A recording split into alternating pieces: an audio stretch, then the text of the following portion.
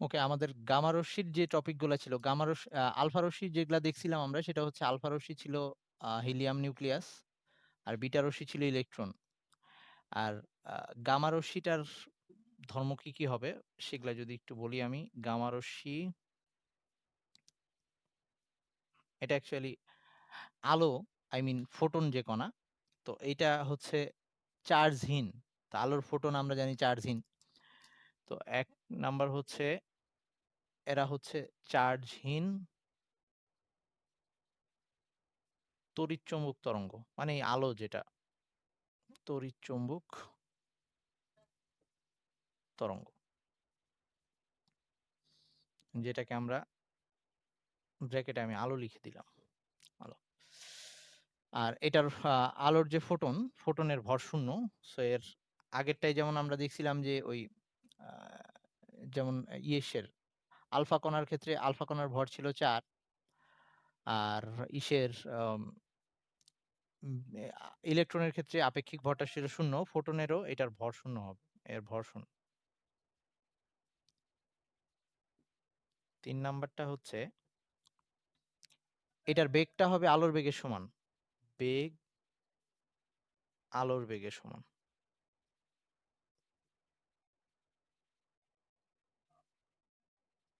তার মানে 3 × 10⁸ metre per second.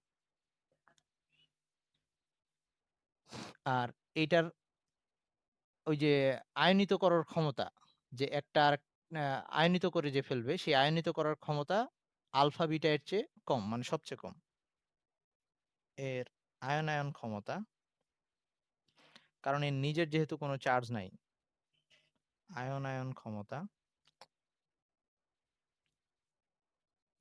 সবচেয়ে কম।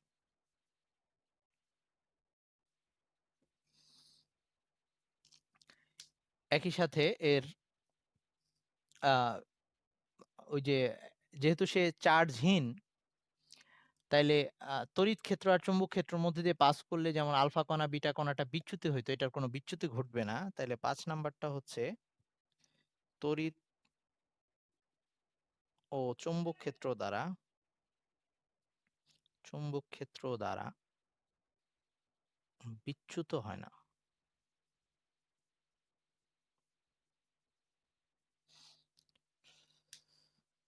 ওকে, কিন্তু এর ভেদন ক্ষমতাটা অনেক বেশি। ওকে, ভেদন ক্ষমতাটা অনেক বেশি, কারণ হচ্ছে আহ, এটার ইয়া বেগ অনেক বেশি। তাইলে এই ক্ষেত্রে এবং ভরও প্রায় 0। 6 নাম্বার হচ্ছে এর ভেদন ক্ষমতা সবচেয়ে বেশি, এর ভেদন ক্ষমতা সবচেয়ে বেশি।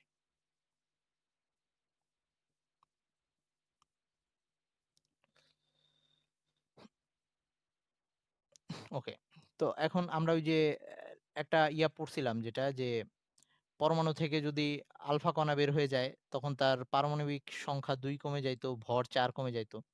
এরকম বিটা কণা বের হয়ে গেলে তার পারমাণবিক সংখ্যাটা 1 বেড়ে যাইতো, আর ভর ভর অপরিবর্তিত থাকতো।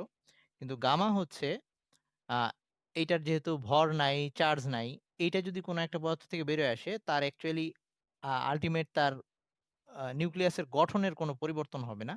জাস্ট এটা দিয়ে, আই মিন নিউক্লিয়াস যখন পরিবর্তিত হইলো, মানে আলফা বিটা কণা ছেড়ে দিয়ে নিউক্লিয়াসটা যখন অস্থিতিশীল অবস্থা থেকে স্থিতিশীল অবস্থায় আসার চেষ্টা করে, তখন যদি অতিরিক্ত এনার্জি থাকে, ওই অতিরিক্ত এনার্জি গুলো এরকম আলো আকারে সে ছেড়ে দিবে আর কি। জাস্ট খালি কিছু এনার্জি রিলিজ করে সে আগের অবস্থাটায় ফিরে আসবে, মানে নর্মাল অবস্থায় আসার চেষ্টা করবে।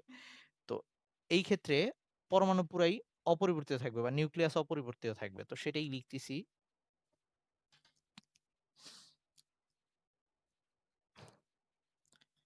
যে 6 নাম্বার, 7 নাম্বার, নিউক্লিয়াস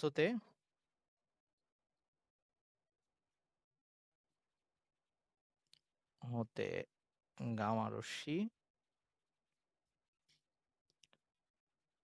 নির্গত হলে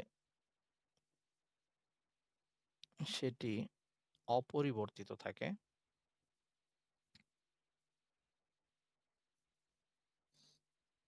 পরিবর্তিত থাকে।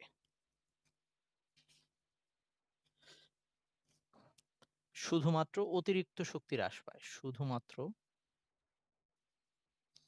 অতিরিক্ত শক্তি হ্রাস পায়। যেমন ধর এটাকে আমি এভাবে দেখাচ্ছি।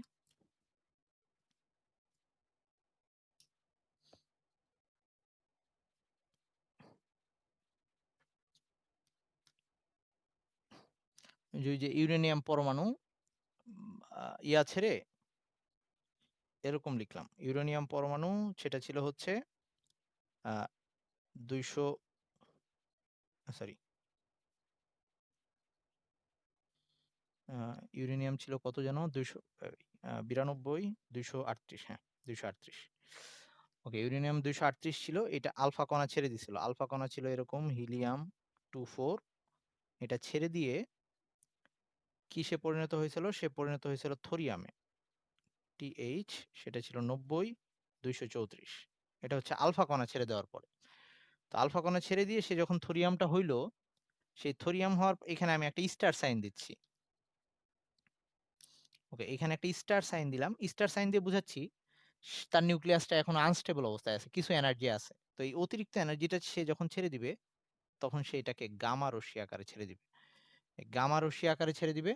তো এখানে আমি মাইনাস গামা লিখলাম। তো গামার কোনো ভর নাই, চার্জ নাই।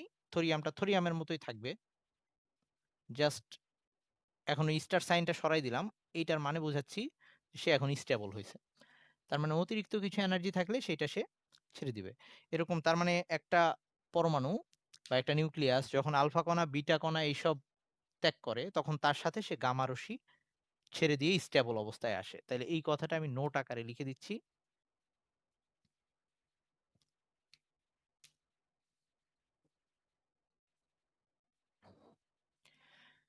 যে আলফা বিটা নির্গমনের সময়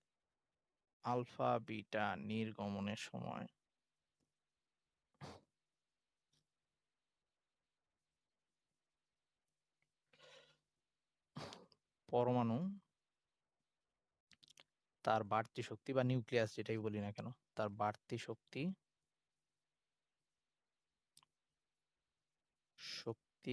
হ্রাস করতে হ্রাস করতে গামা রশ্মি নির্গত করে।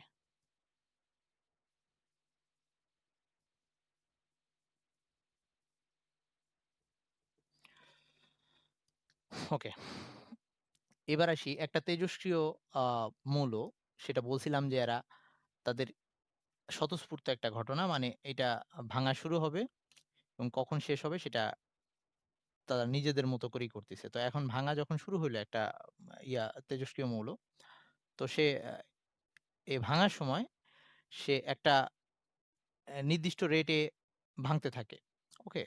তো এই রেটটা অবশ্য সময়ের সাথে, সাথে চেঞ্জ হইতে পারে। কিভাবে চেঞ্জ হয় সেগুলা পরে আসতেছি আমি। তো এই যে আ এই আ প্রতি একক সময়ে কতখানি ভেঙে যাবে, পরমাণু ভেঙে যাবে, এটার সম্ভাব্যতা মানে সম্ভাব্যতা তোরা তো এই প্রবাবিলিটি করছিস ম্যাথে। তো এই সম্ভাব্যতাটাকে আমরা বলি তেজস্ক্রিয় আ ক্ষয় ধ্রুবক অথবা ভাঙন ধ্রুবক এভাবে বলে। আমি একটু লিখতেছি। তার মানে এই যে তেজস্ক্রিয় ভাঙন, তার মানে একটা তেজস্ক্রিয় পরমাণু বা তেজস্ক্রিয় পদার্থ সেটা ক্রমাগত এরকম আলফা বিটা রশ্মি নির্গমনের মাধ্যমে সে ভাঙতিছে। তো এটা যে ও ভাঙতিছে একক সময়ে কোনো একটা তেজস্ক্রিয় পরমাণুর একটা পরমাণুর ভাঙার যে সম্ভাবনা সেটাকে আমরা ওই পদার্থের তেজস্ক্রিয় ক্ষয় ধ্রুবক বলতেছি বা ভাঙন ধ্রুবক বলতেছি। তো এটা একটু লিখতেছি সংজ্ঞাটা।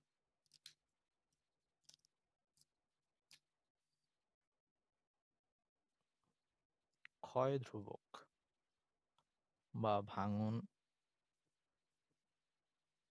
ধ্রুবক, যেটাকে আমরা ল্যামডা দিয়ে দেখাই।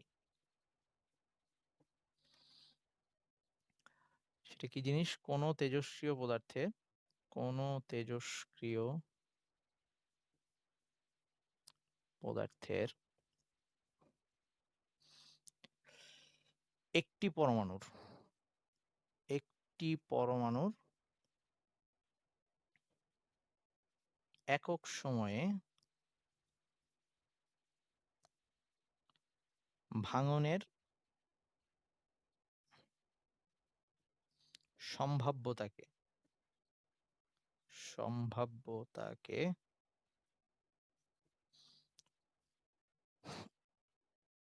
ওই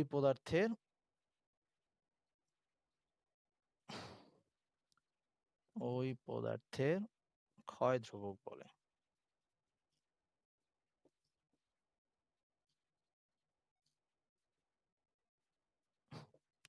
তার মানে ওই যে তোরা যে সম্ভাব্যতা পড়ছিস যে আম অনুকূল ঘটনা ডিভাইডেড বাই মোট ঘটনা, এরকম ঠিক অনেকটা এভাবেই বের করতে হয়।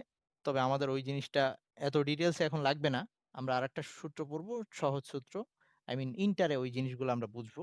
তো এটার এককটা কিরকম হইতে পারে? যেহেতু একক সময়ে আর সম্ভাব্যতার তো কোনো একক নাই। ওইটা জাস্ট একটা সংখ্যা।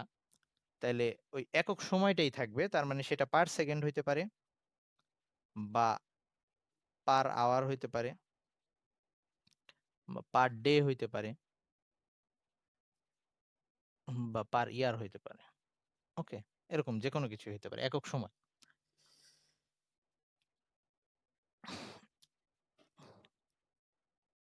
এবার আসি, আ এই যে তার মানে একটা জায়গায় আমরা তেজস্ক্রিয় পদার্থ রেখে দিলাম, সেটা ভাঙতে থাকবে। তো ভাঙতে আগে যেটুকু রেখে দিছিলাম তার অর্ধেকে আসতে যে সময় নিবে, মানে ধর আমি ১০০ গ্রাম রেখে দিলাম, সেটা ভাঙতে ৫০ গ্রামে এসে পৌঁছাইলো। এই যে ৫০ গ্রামে চলে আসতে অর্ধেক হয়ে যাইতে যেটুকু সময় নিবে সেটাকে বলব তার অর্ধায়ু বা হাফ লাইফ। এটা একটু লিখে দিচ্ছি।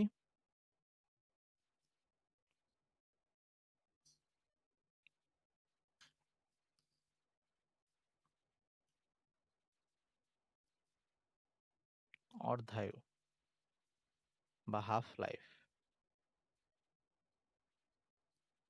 এটাকে দেখাই আমরা এভাবে, ক্যাপিটাল টি দিয়ে নিচে এরকম হাফ লিখতে হয় ছোট করে। ওকে? টি হাফ এভাবে দেখায়। এরকম কিছু না কিন্তু যে টি এর নিচে ২ এরকম না, টি/2 না। টি লিখে ওই নিচে হাফ লাইফ বুঝাইতে এভাবে লেখা হয়। তো এটা কি হবে যে বলছি যে আগে যতগুলা ছিল তার ঠিক অর্ধেকে নেমে আসবে। তাইলে তার জন্য যে সময় লাগবে। যে সময়ে যে সময়ে কোনো তেজস্ক্রিয় পদার্থের কোনো তেজস্ক্রিয় পদার্থের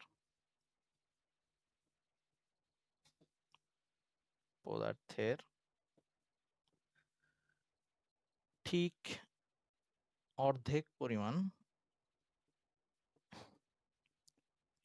পরিমাণ ভেঙে যায়, তাকে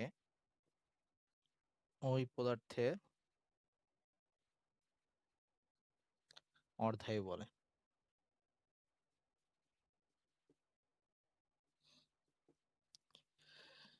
তো এটার এককটা কি হবে? এটা যেহেতু একটা টাইমের কথা বলতেছি, যে সময়ে, তার মানে এটার এককটা হবে সেকেন্ড হইতে পারে বা ঘন্টা হইতে পারে বা দিন হইতে পারে বা ইয়ার হইতে পারে। সুইচটা দাও তো।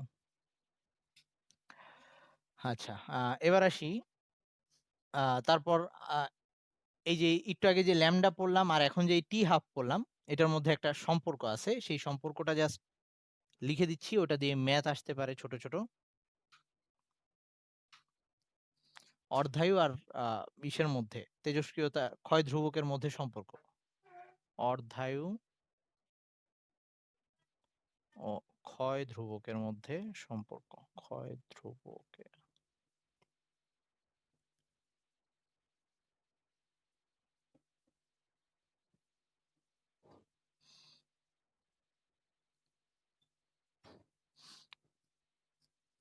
এটা হচ্ছে টি হাফ ইকুয়ালস টু হচ্ছে 0.693 ডিভাইডেড বাই ল্যামডা। ওকে? এই সমীকরণটা দিয়ে আমাদের যদি কখনো ল্যামডা দেওয়া থাকে, আমরা টি হাফটা বের করে ফেলতে পারবো। ওরকম টি হাফ দেওয়া থাকলে ল্যামডা বের করে ফেলতে পারবো। ওকে? আচ্ছা। একই সাথে আ আরেকটা বলে দিচ্ছি, সেটা হচ্ছে গড় আয়ু। আরেকটা সংজ্ঞা বলে দিচ্ছি, সেটা হচ্ছে গড় আয়ু। তাহলে প্রথমটা ছিল অর্ধায়ু, এবার হচ্ছে গড় আয়ু। গড় আয়ু এমনিতেই বোঝা যায়। এটাকে দেখানো হয় এরকম একটা ওয়ার্ড দিয়ে, টি-টাকে একটু বাঁকায়ে লেখা হয়। এরকম, যেটাকে টাও বলা হয়, হ্যাঁ? টি-কে এরকম একটু ঢং করে লেখা হয়। আচ্ছা, এবার আসি এই গড় আয়ু বলতে যেটা বুঝাচ্ছে, আ তার মানে আমরা একটা যখন তেজস্ক্রিয় বস্তু নিবো, সেটা সবগুলা পরমাণু ভাঙতে থাকবে। তাইলে একটা তেজস্ক্রিয় খন্ড নিলাম, সেই খন্ডের মধ্যে ধর এরকম অসংখ্য পরমাণু আছে। এবং প্রত্যেকটারই অর্ধায়ু আছে, বা প্রত্যেকটারই একটা জীবনকাল আছে। ধর এই কণা ভাঙবে, কারণ কে কখন ভাঙা শুরু করবে এটা তো আমরা জানি না। তো এই তেজস্ক্রিয় পরমাণুর প্রত্যেকটা কণা একটা নির্দিষ্ট সময় জুড়ে সে ভাঙবে। তার মানে প্রত্যেকটার আলাদা, আলাদা আয়ু। ওকে? তাইলে তখন এই সবগুলা কণার আয়ু, মোট আয়ুকে যদি কণার সংখ্যা দিয়ে ভাগ করি, তখন যে আয়ুটা পাবো সেটা হচ্ছে গড় আয়ু। তাহলে লিখতেছি কোন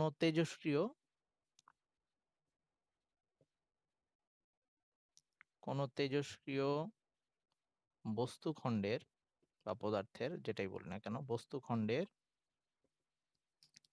সবগুলো পরমাণুর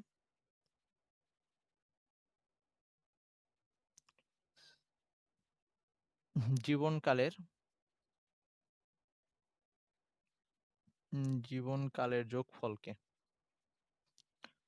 জীবনকালের যোগফলকে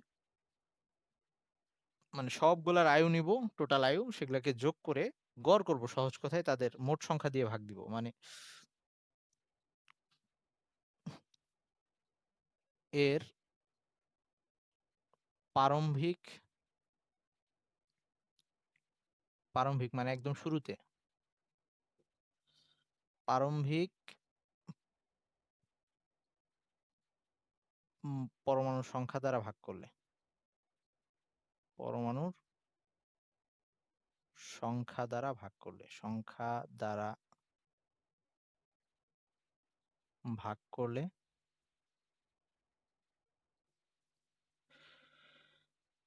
যে জীবনকাল পাওয়া যায়, বা যে জীবনকাল পাওয়া যায়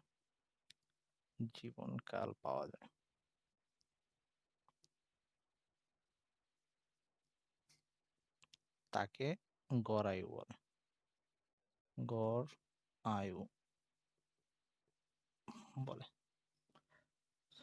তো এই গড় আয়ু বের করার জন্য আমাদের একটা সূত্র আছে। তাহলে গড় আয়ু, এটার একক কিন্তু সময়ই হবে। এটাও কিন্তু সময়। সবগুলা তেজস্ক্রিয় পরমাণুর উম আ কতখানি আ কতদিন তারা এক্সিস্ট করে, তার মানে তাদের জীবনকালটা নিয়ে মোট সংখ্যা দিয়ে ভাগ করলাম, তখন একটা সময় পাবো।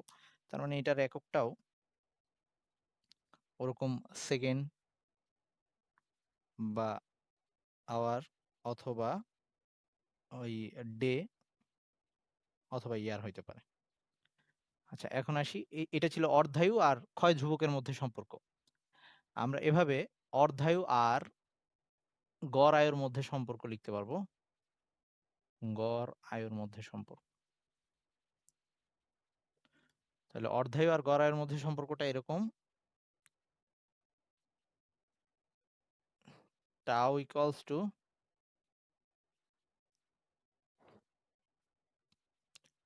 টি হাফ, উপরে নিচে হচ্ছে 0.693। আই মিন অর্ধায়ুকে 0.693 দিয়ে ভাগ দিলে আমরা গড় আয়ু পাচ্ছি। সরি, হ্যাঁ, গড় আয়ু পাচ্ছি। একইভাবে এই যে 0.693/t½ এটা মানে ছিল ল্যামডা। তার মানে এটাকে আবার চাইলে আমরা 1/λ লিখতে পারি। এটাকে চাইলে আমরা আবার, তার মানে টাউ সমান সমান আবার লেখা যায় 1/λ। কারণ এই জিনিসটা, এই ল্যামডা ছিল 0.693/t²। ওকে? তাহলে এটা হচ্ছে অর্ধায়ু, সরি, গড় আয়ু ও ক্ষয় ধ্রুবকের মধ্যে সম্পর্ক। গড় আয়ু, তো এগুলা হচ্ছে আমাদের ম্যাথে লাগবে, গড় আয়ু ও ক্ষয় ধ্রুবকের মধ্যে সম্পর্ক।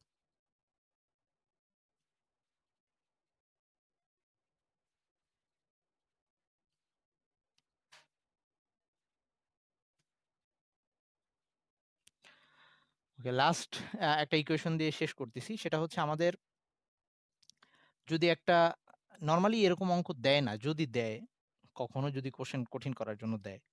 যে এরকম হইলো যে একটা তেজস্ক্রিয় বস্তুখণ্ডে আগে এরকম তেজস্ক্রিয় পরমাণুর সংখ্যা ছিল n0, ওকে? বা তেজস্ক্রিয় একটা আদি পরমাণুর সংখ্যা হচ্ছে টোটাল n0। এটা হচ্ছে আদিতে ছিল। তারপরে এই কণাগুলা ভাঙলো, ভেঙে ধর এখন কিছু কণা অবশিষ্ট আছে আরকি। এখন যে কয়টা আছে অক্ষত হচ্ছে n পরিমাণ। যদি এরকম হয়, তাইলে এইটা হচ্ছে আদি পরমাণুর সংখ্যা, আদি পরমাণুর সংখ্যা।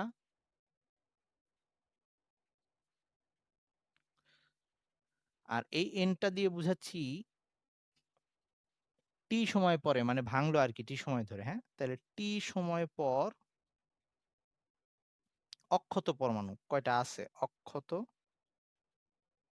পরমাণু সংখ্যা। এখন n আর n0 এর মধ্যে যে সম্পর্কটা হবে সেই সম্পর্কটা এরকম হবে। তাইলে লেখা যাবে n equals to n0, তোরা এই জিনিসটা চিনিস কিনা, e to the power, e to the power মানে ক্যালকুলেটরে যদি তোরা শিফট চেপে লন চাপিস, ওকে? লন চাপলে এরকম ই ওয়ার্ডটা আসবে, exponential e to the power minus lambda t, এরকম একটা ইকুয়েশন, ওকে?